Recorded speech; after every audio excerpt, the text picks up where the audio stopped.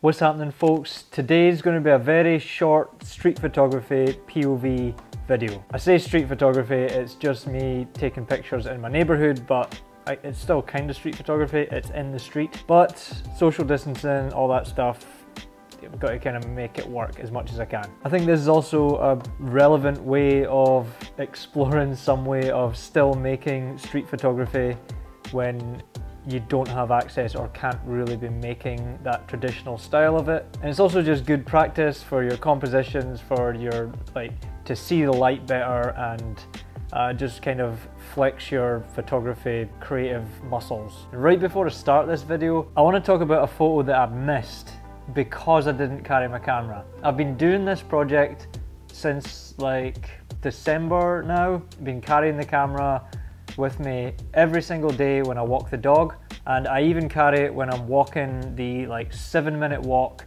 to this part-time job at a bakery around the corner that I have. But yesterday I decided to not carry it to the bakery because I almost never get a picture on that walk. And halfway into that walk I passed a mail van that was parked, and it had these kids drawings on the side of it with saying hope. There was rainbows drawn on it, all those kind of encouraging things that people are doing now, but stuck to the side of this mail van.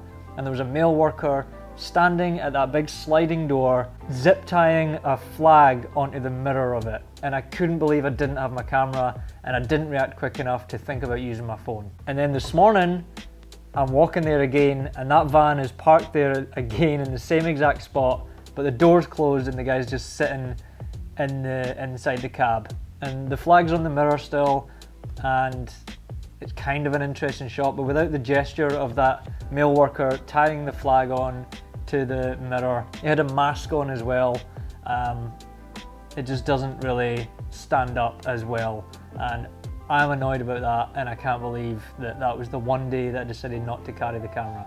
So if you're doing this kind of thing, it's important to carry your camera every day. So I'll play the video now. I'm just gonna let it run through and not really do any talking over it. Some of the photos I really like, some of them I don't like. It's just kind of, they're in there as showing part of the process. And some photos are photos that I took on different days in the same location.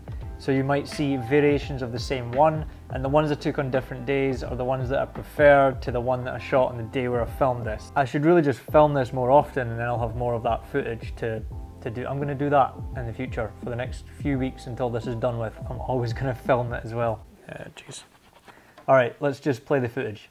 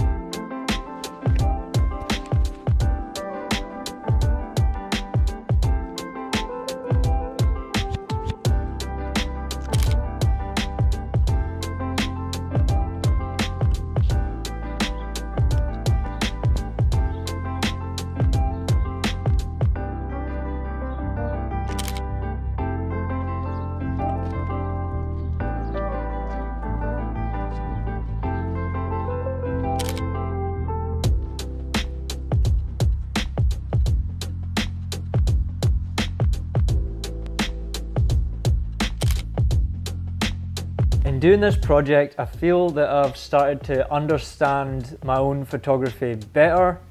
Instead of trying to stick to that rule of filling the frame with one thing, or having a lot of negative space and a smaller subject in the frame, or having leading lines, or all them sort of rules that everybody follows, I sort of came to the realization that filling the frame doesn't always necessarily mean filling the frame with that one subject or getting super close. It could just be like putting something else in the corner of the frame to fill a spot that looks kind of empty or blank, and giving extra layers in your pictures. And I'm not sure if I have the words to fully explain this yet, but maybe in the future I can make some kind of a tutorial that explains how I've been doing this technique. A lot of that has came from looking at Alex Webb and Rebecca Norris Webb's pictures. They tend to have they shoot wider than I do, but they tend to fill the frame with different things and sometimes some out of focus elements. But anyways, that's something I can figure out in another video. For the rest of this video, I'm just going to play a little slideshow of other pictures that I like that I've taken during this social isolation time when everything's been shut down, and it'll give you an idea of what I've been doing for this project throughout this time. And hopefully if I start filming this more, I'll have some better videos that show the process of this project. So anyways, I don't think I've got anything more to say about that. Let me know in the comments below if there was any particular pictures that you liked. If you enjoy my videos, do me a favour, check out this playlist up here, or I'll link some videos in the end screen as well. Thank you very much for watching, and I'll see you in the next one. Cheers.